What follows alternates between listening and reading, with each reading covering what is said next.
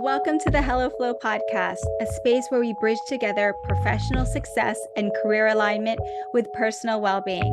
I'm your host, Kaycee. Join me in conversations around driving your career while also being mindful of your overall well-being. At a time when many people are awakening to their soul's purpose and navigating that messy but magical middle, I offer this space for personal and professional growth and alignment, and a place to ground and support you in your daily grind. After tuning into this podcast, I hope you receive the empowering counsel and actionable tools to usher in more ease and flow in your life, and equip you as you discover, develop, and evolve your Dharma. Now on to the episode. The special guest this week is a badass serial and social entrepreneur. Her name is MIchelle Carmack, and she is a new friend of mine who is a community builder and founder of multiple businesses, including Oak and Pine Society and Gather Hawaii Co-working and Events. I wanted to bring MIchelle on the podcast to tell her story of entrepreneurship, going from following the linear path of university education to corporate jobs to then taking a massive leap into entrepreneurship, and all the twists and turns that have come with her journey so far. Our conversation went into so many different and fun directions, and I hope you enjoy listening to it as much as I have in sharing the conversation. Now on to the episode. Welcome to the Hello Flow podcast, MIchelle. Thanks for being here. Thanks for having me. So for this series, I'm asking guests to tell their story, and I would love to hear the highlights of what drove you, your personal experiences, any major events that happened in your life that influenced you to be where you are now as a full-time entrepreneur. Gosh, when I hear full-time entrepreneur, that really gives me anxiety. But it does allow me to, really reflect back on my journey and how we got here. So I thank you for that question. Where do I even begin, right? So I think the clarity came to me when I wanted to become an entrepreneur. I started thinking about, what would my life look like if I had a family? And what do I want for my family and that lifestyle that I want to live? So I was working a full-time job at the time. It was great. It was challenging. It got me out of my comfort zone. I learned the best skill that you could ever learn as an entrepreneur, which is copy and paste. That's the best skill you can ever learn. And I started to realize and recognize the other women who are in that job, in leadership positions, and I really admired them as a career person. And I was like, man, I really want that. And then I started to see them on the other side, the personal side of okay, how are they doing this as being a full-time worker and a full-time parent? And I didn't like what I saw once I really asked that question, because I began to reflect on my own lifestyle. Growing up, I come from a family of entrepreneurs. I'm a first-generation American. And my family flew from the Philippines, uprooted basically. And my grandma was and is a single mother of 5. She left her kids in the Philippines, knowing that eventually she would make enough money to fly them and relocate them to Hawaii. Spoiler alert, she did. And my mom, and that was my dad's side, my mom, at the ripe age of 18, pretty sure she was younger than that, but she's just saying that because it's the legal age. At the ripe age of 18, she decided that she wanted something different for herself and chose to move to Hawaii on her own. Her parents stayed in the Philippines, and no community, no family down here, just knew she wanted a different life. And she started her own business, which led her to meeting my dad, which led her to making babies and coming up with me. So growing up from a family of entrepreneurs, my mom was the chaperone of all excursions. My grandma, my family were at all rehearsals. There's no doubt, when I was sick, they would be picking me up, and there's no question about it. And, maybe it was just me being naive and not knowing the challenges that come with entrepreneurship, but all I saw and chose to saw was the freedom that they had. So at that point, I was like, okay, well, that's what I want for my family, for myself. Decided to quit that job, start my own business, and nobody told me that it was hard. No one said, well, do you really want to do that? Because it's going to be a challenge. All I had was a fire in my pit, passion for doing something. I had no idea what, and knowing that there was a different lifestyle I wanted. And I decided to do this dramatic change. And fast forward to today, I'm a full-time entrepreneur after 5 going on 6 long years. And it's been such a journey to self, a journey to what I'm passionate about, and to the community that I never knew I was missing in my life. Yeah, thanks so much for sharing that. And it sounds like too that you were able to make that shift from your traditional 9 to 5 job because you saw both your grandmother and your mom be entrepreneurs, and that was their way of making a living. So it was like you saw, see to believe type of scenario. How much of an influence did both of them kind of have on you in terms of your own thought process of moving into entrepreneurship, even though you started off in a traditional job, and any advice they gave you along the way?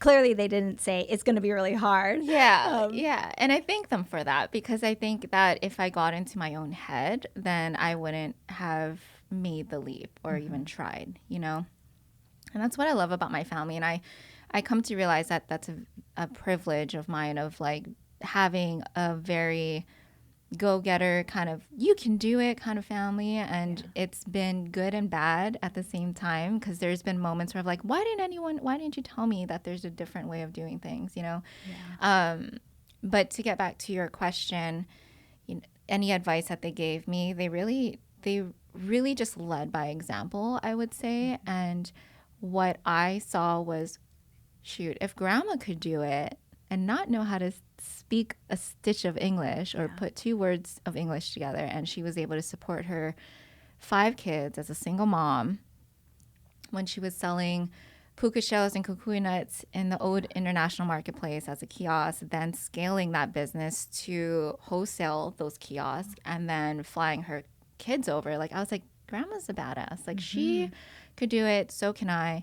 And she had very limited resources, and I have a lot more than she has now, thanks to her and my mom and my family. So I think for me, it was just the advice, the unspoken advice that they gave me was anything's possible. Yeah. That if you just try and, figure it out one step at a time and be consistent, that you can make it happen. And I think one thing that they also taught me that they haven't said out loud and that they don't practice, which is why I learned it. Is this making sense as I'm piecing the puzzle together? What they are doing now is they've gotten very complacent with how they've grown their business. So they were able to grow and scale in the 80s and 90s. But leading up to the millenniums, is that right? the 2000s? I was born in 1900. So leading up to that, I found that, they could have done a little bit better with like tech and scaling their business to grow with it. And that's kind of what I'm taking, that they didn't really, implement into their business, and knowing that there's other ways of doing it. I think that a lesson that I've learned from that is just be aware of the business environment, how it's growing and evolving, especially in your industry, and how you can be ahead of the curve, because I think that's the true way of scaling your business, is being on top of those types of things, and so there's many unspoken advice that my family has given me, and I appreciate them for that.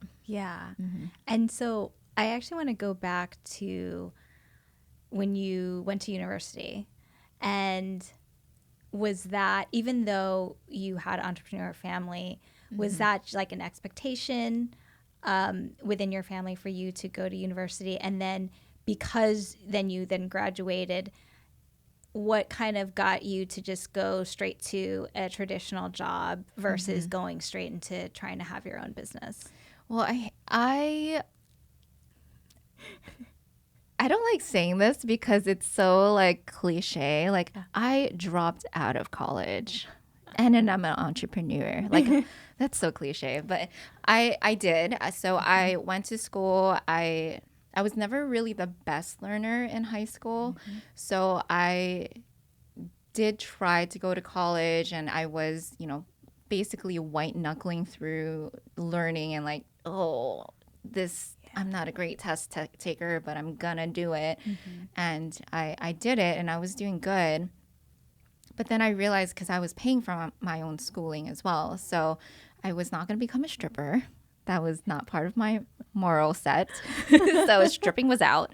They didn't have OnlyFans back then. So, maybe I could have gotten into feet pictures. Who knows?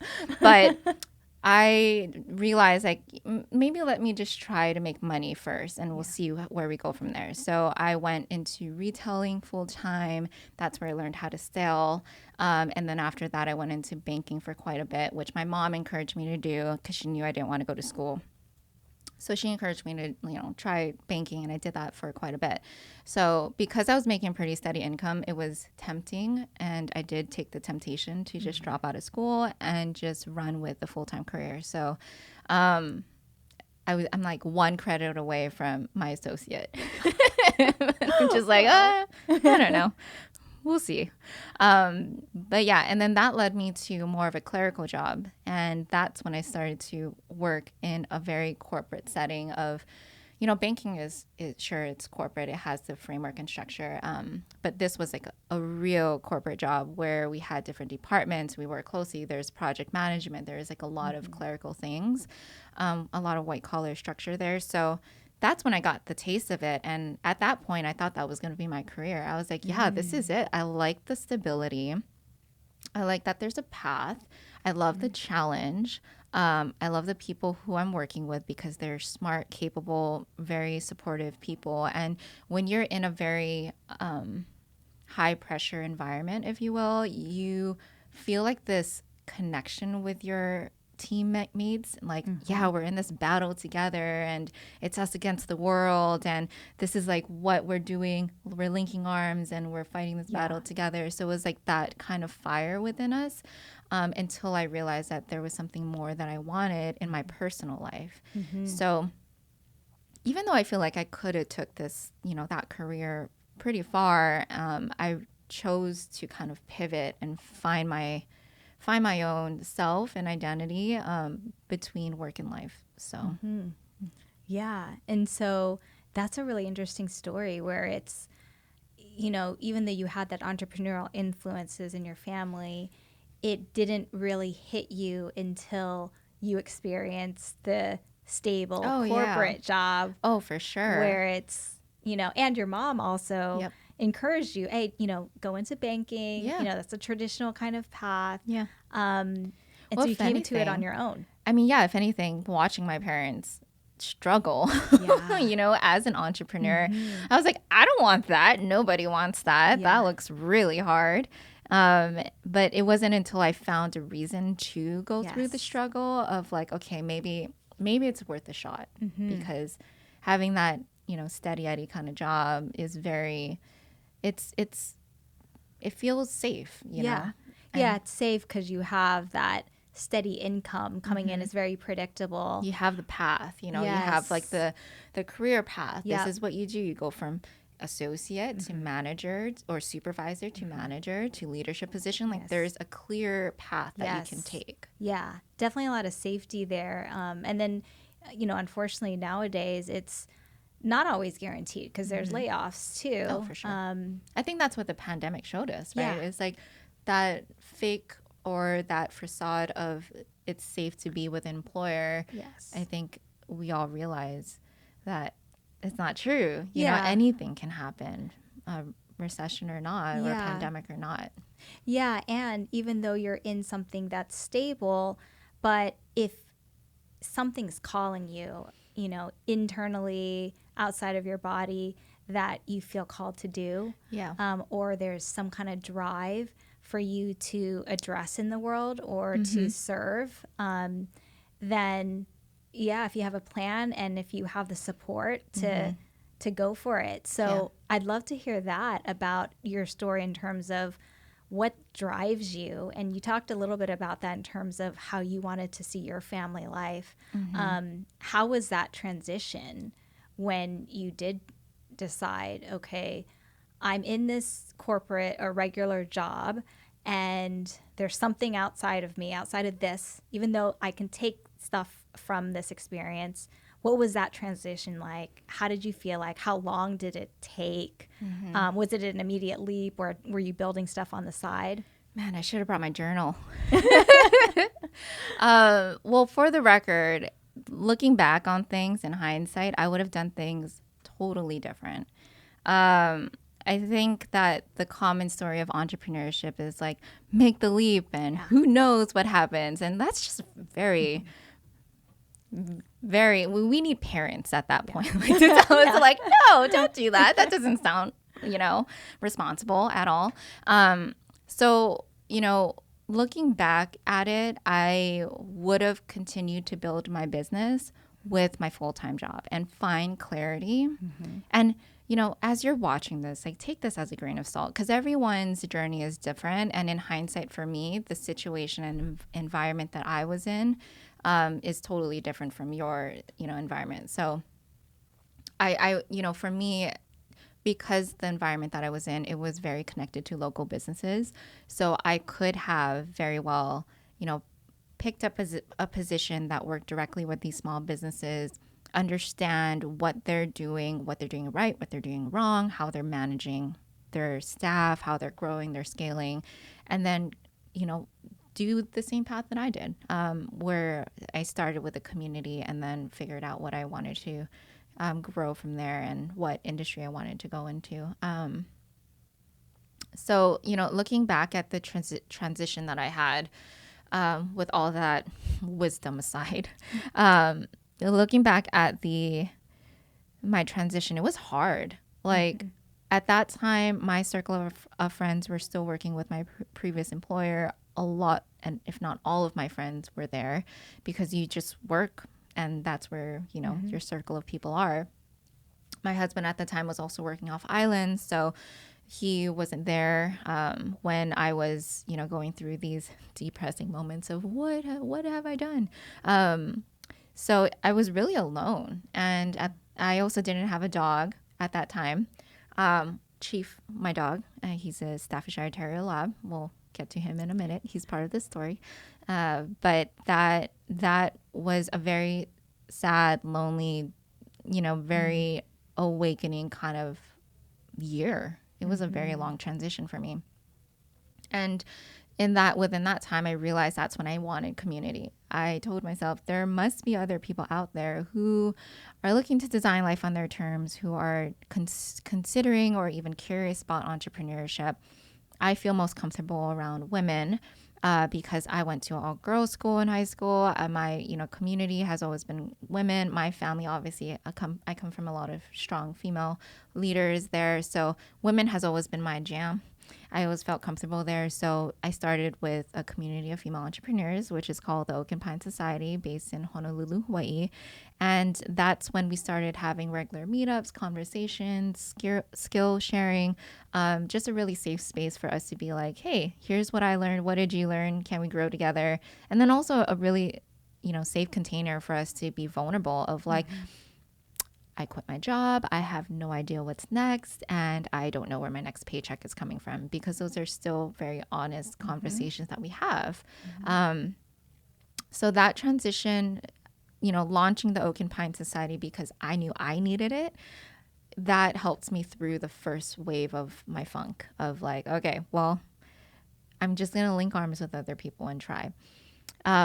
When that started picking up momentum, I then realized that like, if I'm going to make this my full time, I need to hit a certain number in order to live the lifestyle that I want and to be able to provide resources and fuel this community the way that it should be. So that's when I realized like I don't know how to get it to that number. And because it was very community focused at that time, right? I think for a lot of service-based businesses and a lot of community builders, we want to give. But then when you're building a community that's also a business, there's a balance between, well, what is the number that you can continue this community for, the people. So I was having that rude awakening. I actually fell into like a really, I don't want to call it a depression, but let's call it a depression. Like it was like hard to wake up in the morning. It was hard for me to get into a routine. It was like, woe is me, or what have I done kind of mentality of like, what am I doing with my life? So much so that I got shingles at age 30. Wow. Yeah, It's a lot of stress. it was a lot of stress, but I was very naive at that time. I think I was blocking the stress. So when I got the shingles, I was just like, why? I feel fine. I'm totally fine, and it was just kind of out of my mind. But going back to the transition, I couldn't get myself out of a funk. So I think the universe gave me Chief. He was a 3-month puppy. He's Staffordshire Terrier. We got, as you know, if you've had puppies before, that includes potty training, walking, all the things. And so he got me out of the funk by getting me back into routine. So knowing that this dog is going to wake up, want to go for a walk, he's going to have to go through training, potty training, all of those things. So he got me back off on my feet. And those random hugs throughout the day doesn't hurt either. Yeah. so yeah, I mean, the long story long, the transition was very rough, a lot of emotions, a lot of awakening moments of like, well, why do you want to do this? Because very much during that year, I could have easily went back to my previous employer. I was in good standings with them. There was nothing ill in terms of like why I left. And, there was always other options. So going through that and realizing that this is what I wanted to do, this is important to me, I know why I want to do it, that gave me the clarity to start to look at it as a business and be very responsible in that way. Yeah.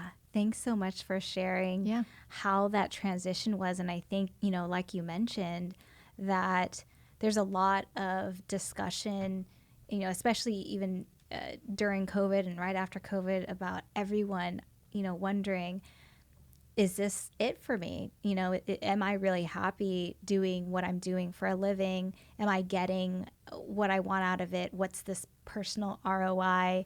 Am I passionate about this? But also to understand, if you do want to leave, how are you setting yourself up for success? Have you explored a lot of other options that might make sense in the interim as you potentially make a transition, or how you can create a life where you still have purpose and meaning and going after what you're calling it, while still having, stability from a traditional job as well. So can definitely resonate in terms of also just leaving because that is what you needed at that time, whether it's your body or your mind or what you needed at that time, and not really knowing what's next. I'm curious about you too. Like, what was your big transition in life in general? Yeah. Mine was, I experienced some massive, I call it my ultimate burnout from my previous job. I felt like if I kept in my position, the route that I was going, at the speed I was going, I would potentially end up in a hospital. Oh, wow. I had physical symptoms, but also just mentally and emotionally. And I could tell even my brain wasn't fully there. I so definitely, like brain fog and just I disconnected or disassociated. Yes. And I definitely felt like I'm not delivering the way I used to deliver. And I don't think, that on top of, physically feeling like I need to have a real break to step away. So anytime I do talk to someone and ask like, what is their reasoning? I also give the advice of, I don't think I would ever, advise anyone to just quit if they don't have any kind of plan. It's so stressful. Yeah. And then also remembering like everyone's circumstance is different. Like imagine a single mom who needs to provide or a single dad who needs to provide for their kid. It's like they're not just going to drop everything and be like, I'm going to be an entrepreneur now. Like, yeah, exactly. Yeah. It's a privilege if you can just leave your job Totally. and be able to take a break or try your passion.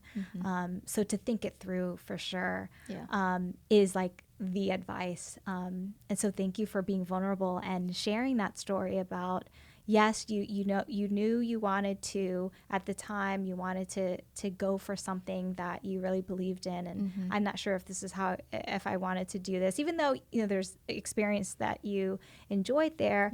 But then the after effect was, what am I doing? Am I doing the right thing? Did I make the right decision? What have I done? Oh no, I've definitely had those times where I was like, okay, do I know what I'm doing? But yeah, I think, returning to your why, returning to this is why I did it. And part of it too is really understanding who you are and knowing how you best operate and what is like, how do I want to create like that life?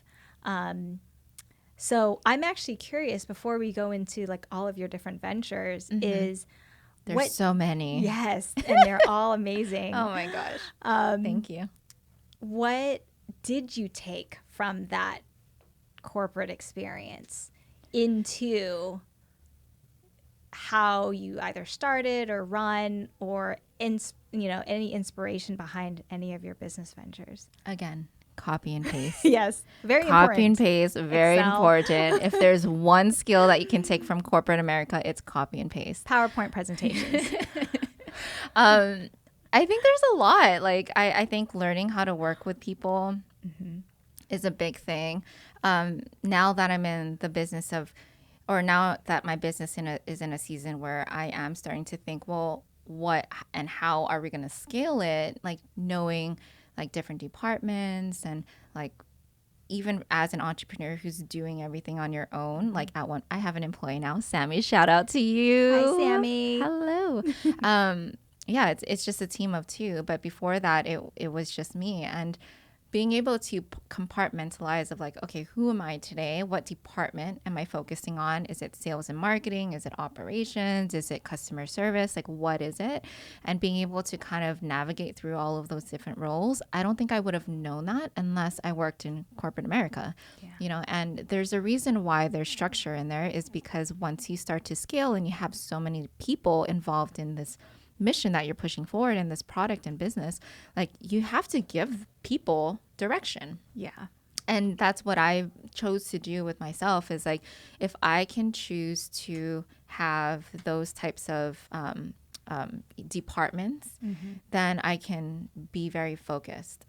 So that's one takeaway that I definitely took is that, but then also, like I mentioned earlier, like learning how to work with people, that's both internal, like we have staff meetings up here pretty often. It's like it is like the leadership team in my head. And I think it's also knowing how to communicate, how to run meetings. Those are very important. How to like process and project manage, things. And the business that I grew led me to be an event planner. And that's where I'm choosing to lay my hat as a career person. And it's been pretty good to know how to, organize things and lead meetings, work with other people, stay organized. All of those things I learned from my full-time job. Yeah. Thanks for sharing that. And so the space I guess you're playing in is in events as an event planner. I also see, just knowing all of your different ventures, community and family-led, family-oriented are huge themes that I see threaded across.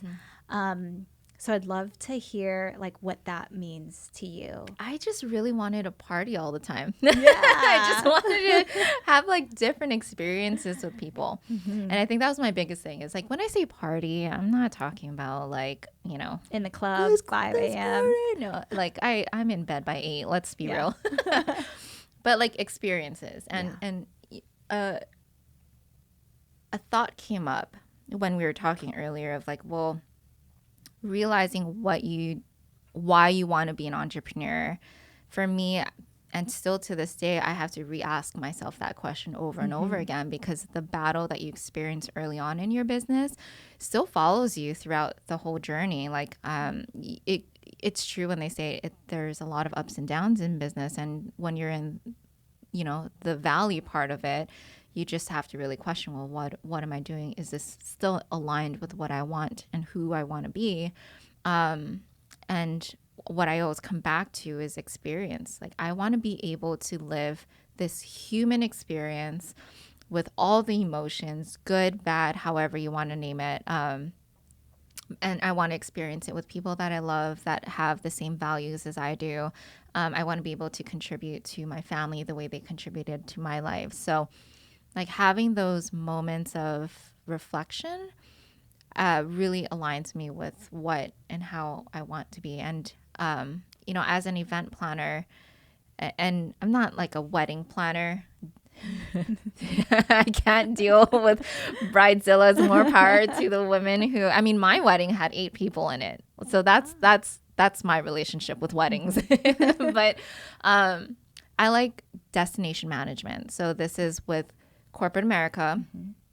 And doing like the travel, logistics, activities, meetings, conferences. And it actually took me some time to get to the point of feeling comfortable to take on that kind of client, because I was still, healing from what I believed corporate America was. And now that I had this healthy distance from that lifestyle, and I'm on a different relationship term with them, like I'm a contractor, I'm not an employee anymore. For me, it felt good.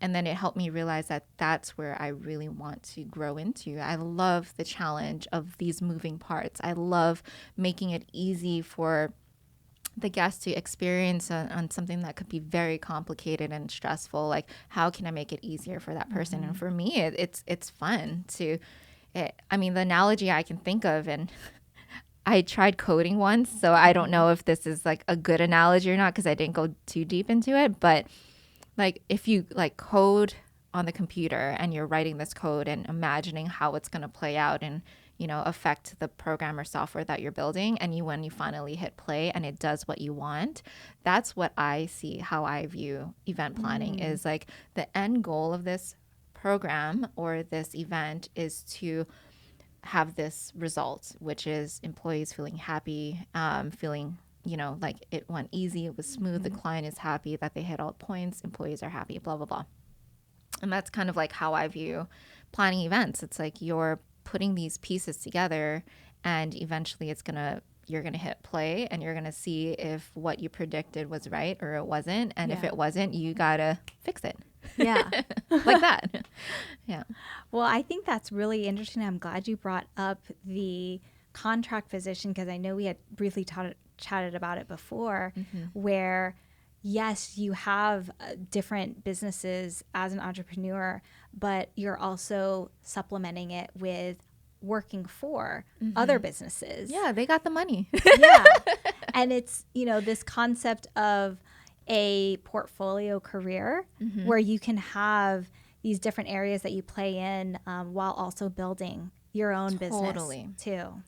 Exactly. Yeah. And I think that's, going back to my point earlier of having a healthier relationship with enough distance from corporate America to be able to now design my own terms of what I want. Like, quite literally, you put it on an agreement of like, here are my terms. Yes. You can agree or not agree, right? And then here's the number that comes with it. Yes. And like, how empowering is that, right? Like, and like it goes back to relationship building too. Like, they have to trust you, and sure, you can put things on paper and make it seem nice, but if they don't vibe with you and if you don't really work well together, then that just becomes a paper that's an inconvenience. Yeah. So going back to your point of like gig work, I had no idea that was a thing when I was starting to explore my options as an entrepreneur. I thought it was just employers don't want you to be your own business owner, so it's either all or nothing. But I think that we're starting to find that, well, first of all, it's your not really your employer's business what you do on the weekend. So we see in Hawaii like a lot of pop-up shops or people who do farmers markets and do jewelry on the side. Like that's awesome, and most of them have full-time jobs, you know. So I think that's very empowering. Of you can still figure out what you want to do, play in a safe sandbox where you can test it out, and do I like entrepreneurship, do I not? And then if you choose that this is right for you, then you can, you know, figure out and strategize on how you can make it your full-time thing. Yeah, and also being open to how that path will look like. And you know, something I'm learning in entrepreneurship is you can try a lot of different things that feels aligned to you and what you want to put on your business, but then be open to how that looks like and toward at the end and what that journey looks like. And so part of it too is being able to still do what you like, but maybe as a contractor or as a consultant for another company. Maybe we should define like what gig work is. Yeah. Because that's such a like a new thing. I think, well, I mean, for a old millennial like me, like I didn't know what that was. So how do you define gig work? What does that mean? I think in a way it's almost like freelance. Or, you know, a freelancer, but also you could be a consultant as well for different companies. And you can do that part-time. Like you said, it's here's the terms, is on a contract, here's the number of hours. You don't get any benefits, full-time benefits, but it's within these parameters, and this is how much it'll cost. And that gives you freedom outside of those hours. It gives you freedom outside of what's in that scope of work versus when you work full-time for a company. I think we all know the lines are blurred. You're hired, but then you don't really work 40 hours a week. And then you end up taking on extra responsibilities. And then you don't get the title or the pay that goes with all this extra pieces, especially if you're someone who's driven and want to move up. So you have a little bit of a more freedom. So something to consider for anyone who does want to explore something else outside of what's in their current 9 to 5 is begin some type of gig or freelance on the side, see how it's like, and see if you're able to kind of build that in your transition. Yeah. I'd love to hear, well, I think I'd want to go into what all of your different business ventures are. And then also kind of weaved in there is, what do you think your purpose is, your dharma, and how you feel like that's being expressed through what you're doing today? Or are, you know, what part of the journey are you in figuring it out? It's so funny. My palms are getting so clammy. Do you see the shine? Once you said like all your businesses, I was like, you're right. There's like a lot of businesses under this one roof. And I don't know how we got here. I don't know how we ended up with 5 different businesses. And that's the journey of entrepreneurship. Oh gosh, yeah. Or ADHD, I don't know. Maybe both. But I think yeah, so it didn't become clear to me that there was a single thread between all of my businesses until like recently. So community building, well, I started off with, you know, I'm an entrepreneur. And I kept sharing that with people. And I was like, I probably should come up with a title because people are going to be thinking that I sell drugs or something. So, you know, I started to really like investigate, well, what am I? If I say I'm an entrepreneur, what does that really mean? Like, I can start off with the industry. What industry am I in? And I started to reflect, well, I do host these regular events for our community of female entrepreneurs called the Oak and Pine Society. Ding! One business. So that's when I was like, okay, well, maybe I'm an event planner. And as soon as I found clarity there, saying like, I am stepping into the identity of being an event planner because I love human connections. And the way that I want to and choose to use my skills and talent is to support people who are building community and building a strong culture. So ding, second business. That's when I started getting destination management clients where, you know, we do the travel, the flights, travel, logistics, hotels, and all of that. And I really, really love that because I enjoy the project management side of it. And I love taking something that's very complex and boiling it down to make it very simple and easy to digest. So that's the second business. And I always wanted to have a container where it's like our headquarters, essentially. Like, because with Oak and Pine, we grew from 7 to 100 members during the pandemic. So I'm like, well, we are going to all of these different places to host events. Like, I wonder if there would be a place where we can just do that. And when I started my business, I knew I didn't want to work alone. So co-working came up to my mind, and that was a brand new concept to me like 5 years ago. I was like, okay, my goal is to eventually have a co-working space. Ding! Third business. So yeah, that was my third business because I knew that community was always a big thing of mine. It's a core value. It's something that I really strive to implement in all the businesses that I create. And then, so that was the second business. And then with Gather, our big mission here, which is our co-work space, our big mission here is to get more women in leadership positions and create more profitable women-owned businesses. Looking back on my past journey, seeing my mentors, my colleagues, I've always admired women who try their best to balance both and, not give up on their career because they also want a family. Like, they're trying their best.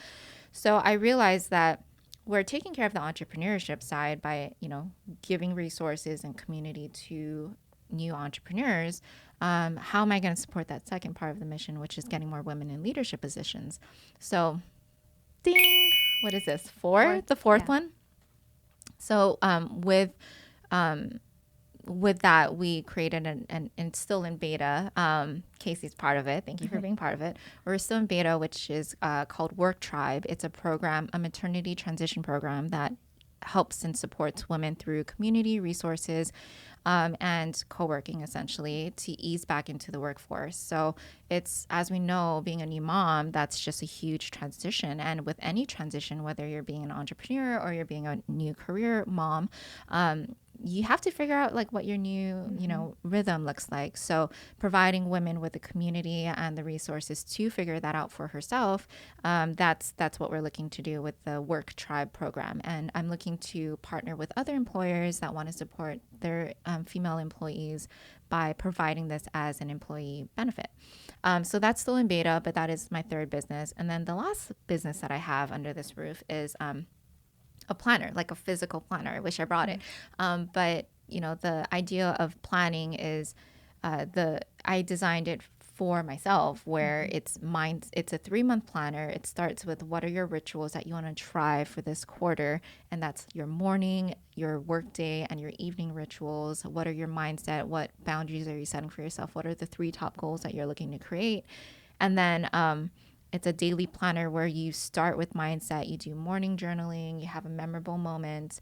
I did one yesterday. I don't know if this is appropriate, but part of the journal is like write down a memorable moment of that day. And I had one early on where yesterday I was on the toilet with, just getting ready for the day. On the toilet, and my husband walks in and he's like, I just wanted to tell you that I'm loving this new life that I have. And he was really opening up at this point, and I'm just like like, man, we are comfortable here.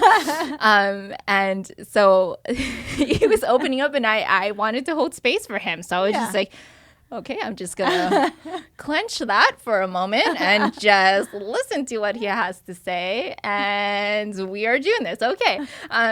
So he opened up and shared. And my memorable moment that I wrote down was my husband opening up to me while I was on the toilet. And Sammy took a really great photo of Chief, who's my dog. He was laying on my planner and he was just kind of like sleeping. He was cute and snuggly on our blue couch over here. And she took a picture, sent it very honestly. And when you zoom in, it says exactly that. So it says memorable moment. Marshall opening up when I was on the toilet. And now I'm posting it on her Instagram page because it's priceless. So if you zoom in on that. Anyway.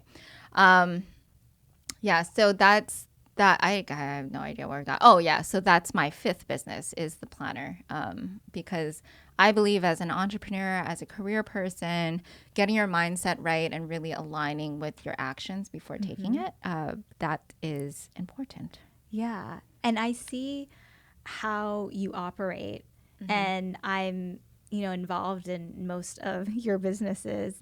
And so I'm curious, what sort of drives you, after you went through, that time of what am I doing, that, rough transition, then Chief came into your life, helped bring back, structure, and things started to kind of roll. What's driving like that momentum? What's driving you to then start the Work Tribe? Then what's driving you to then, okay, I have this other business, with the planner? Yeah, I think I went through phases, if I'm being honest. Like, first, I started and I had to, like, this was a moment of reflection, I think, with my coach. I was like, I feel a lot of responsibility. Now that we have 100 members, I feel like I have 100 people who are relying on this container to be able to really, design life on their terms and fit and find community. And that was scary for me, knowing that I'm responsible for 100 people and providing inspiration and resources to be able to do that for their own life. I'm like, gosh, how did I get here? So it's been quite a bit. So I worked through that and realized that, it's a responsibility that I'm willing to take. So I've decided to move forward with it and still continue to move forward with it. And I'm happy that I found and really had to sit with that uncomfortable question. Because I think that's what gets me going. Like, I think like because I know that community is a huge part of my businesses, all of them. Like we think about Work Tribe, Oak and Pine, Gather, which is a co-working space, and even the planning stuff. And the DMC stuff. It's all about community and culture. And I think that's what keeps me going. I feel a sense of, and I don't want to say purpose as much because it sounds so cliche, but I do feel a sense of like duty and responsibility that I'm willing to put out there. And I think when I am to oversimplify it, I just really value human connection. In a world that's going digital, I could easily make an online community, but I'm choosing to do all of my businesses in person, even with the planner. So we're going to start having in-person planning sessions. And again, that could easily be online, but I think because my own personal values is that we cannot lose that sense of human connections in person, and we can't lose that that sense of what's the right word for this? Like, it's easy to join a Zoom meeting. It's not easy, and it's a commitment to go to an in-person workshop. So if we're looking for ease and comfortable, most people are going to go online. But the deeper connections that you can make are in person, and it happens quicker. I'm not ready to live in player one mode. Have you seen that movie? No, I heard about it though. Yeah. It's like you have like that headset and then you're like living a different life in AI or whatever. Well, it's they live in these containers, like quite literally, and they're so segmented.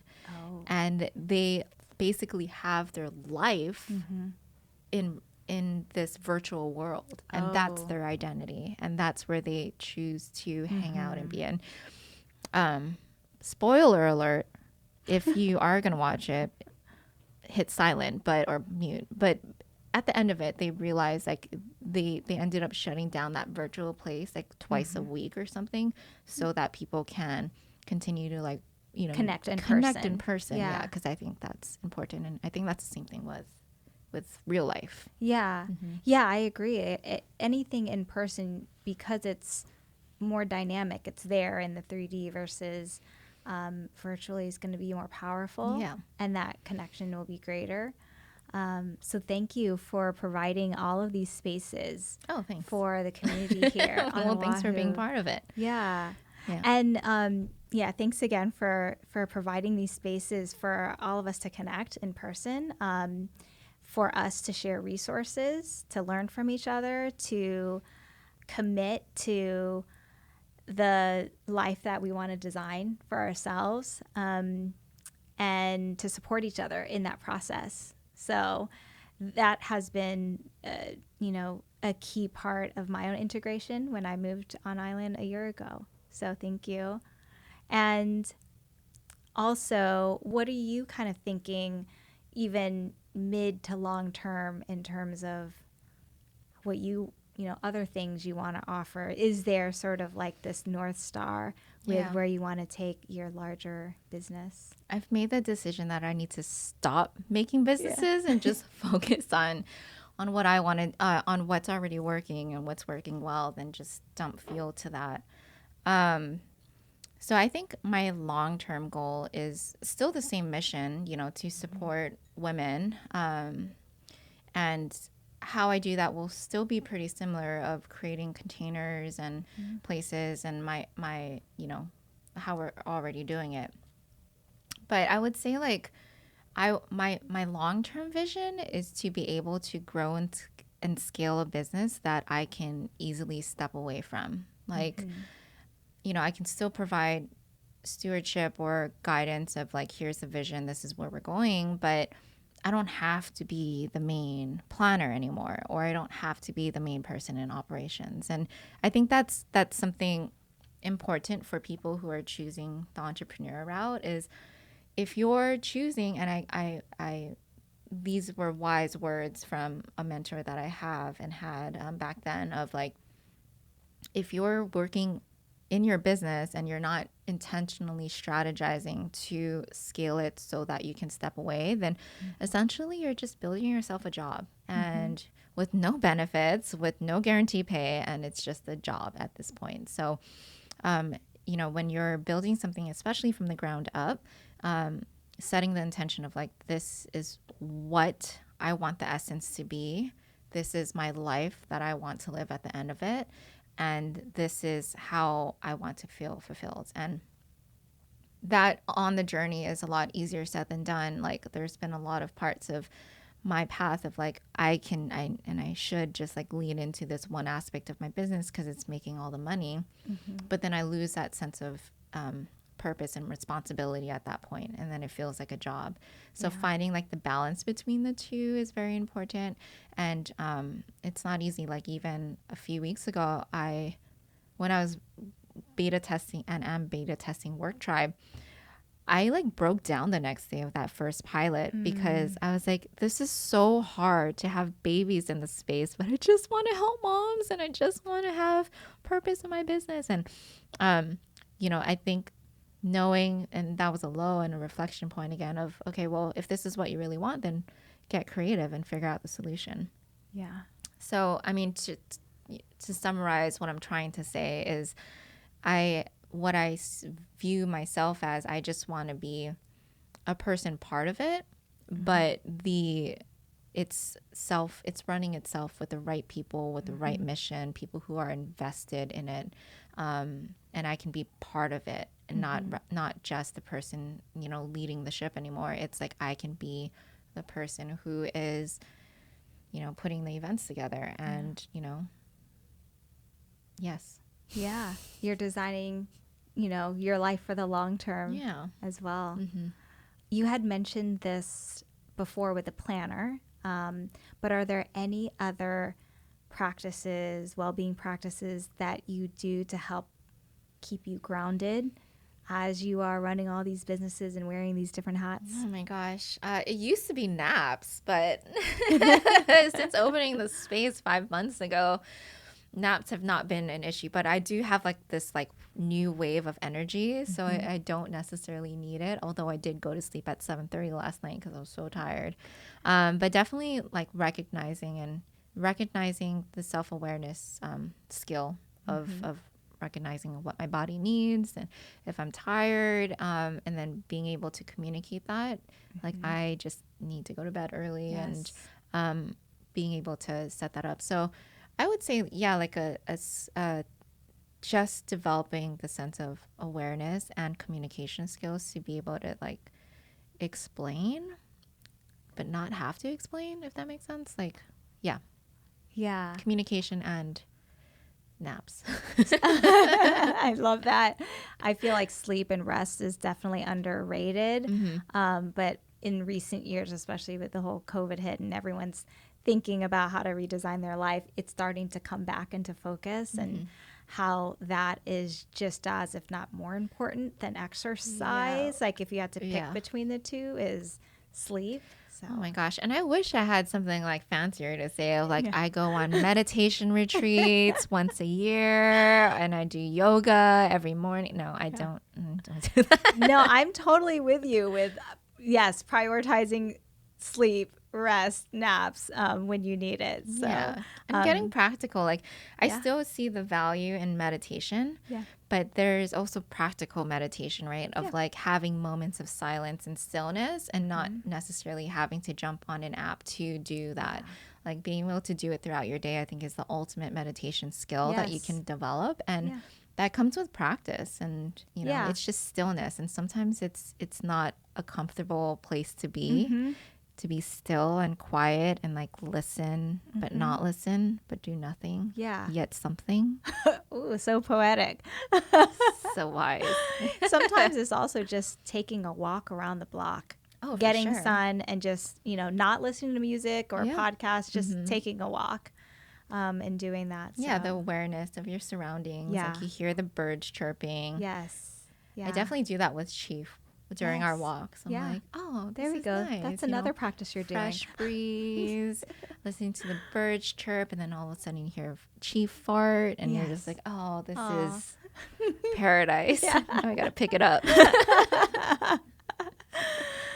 Well, thank you so much for being a guest on the Hello Flow podcast. Really enjoyed the conversation. Where can people follow you, connect with you, find you? Where can they join Oaken Pine or gather? Yeah. I would say start off with www.gathercoworking.com. And that is basically the house of Gather, where we have our programs, our workspace, and our events, essentially. And those are like the three ways that I've been organizing all these businesses. So programs has Oaken Pine on there. It has Work Tribe. The workspace is obviously the co-work space and event venue, and then the event side is my DMC services. So that would be a great place to start. We're also very present on Instagram, so you can follow our handles at Gather Co Events, and then it'll lead you to the different programs and products that we have. Amazing. Well, thank you again, Michelle. Thank you. Thanks for having me. It was so nice to sit down and get to know Michelle and her story beyond the person I know who created these wonderful and welcoming communities on the island of Oahu. And something that I love about her businesses is that she creates intentional spaces for learning, collaboration, and well-being. And her businesses are very family forward and family oriented, values that are a big part of her why and what drives and motivates her in her life and businesses. They truly are values based, purpose driven organizations that serve her local community. And as we discussed during our conversation, everybody's journey is different. If you are listening to this episode and are wondering what's next for you professionally, how can you align more with your values? How can you express your dharma in a way that's unique to you? That is a journey and story only you can write and experience for yourself. The first step is to do something, is to explore. It doesn't necessarily mean to do a 180-degree turn and completely change your entire life.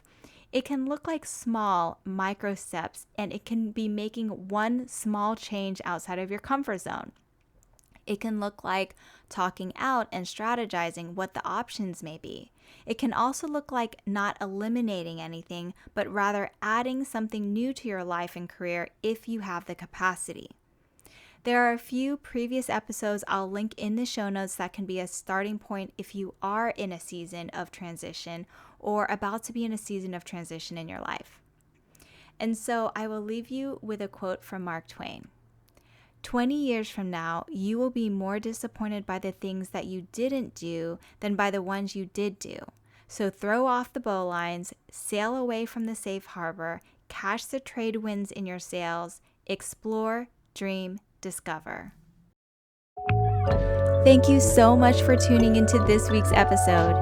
If there's anything that resonated with you, please share it on Instagram and tag me at KayceeCan_ and at HelloFlow Collective. I would love to hear from you. As always, if you enjoy listening to what we discuss on the podcast, please share the show with friends who may also resonate. And don't forget to also subscribe, rate, and review. See you next time on the HelloFlow podcast.